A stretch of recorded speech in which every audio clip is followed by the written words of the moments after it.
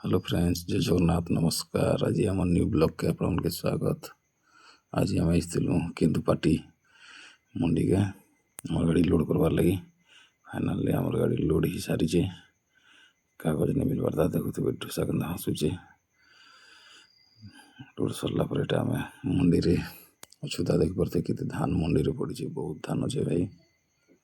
पूरा कागज मिलला आम इन मंडी रू बाहर कागज मिलला फिर आम बाहरिक आसीगलु ना। देखुवे यहाँ आलापर भवानीपाटना पार कर उठकिलु इटा होटेल रे।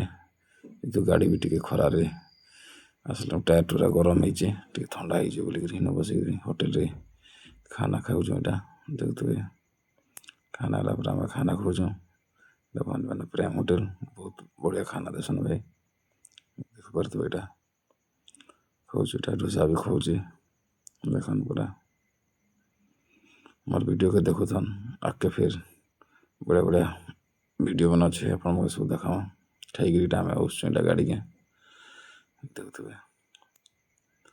फिर सरला गाड़ी टी गरम अच्छे टायर से 10-15 मिनट गाड़ी में बसमा टायर टी ठंडा हो गला का इन बाहरी गरम टायर पंचर होगा बोले आम एक हैरान हाँ।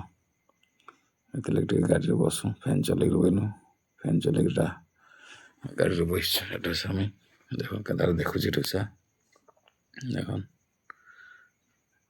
गाड़ी में 10-15 मिनट रेस्ट कर फिर आम बाहरी पड़लु मिल के आलु गाड़ी पॉइंट लगेचु। एवं आमर गाड़ी खाली भी आराम हो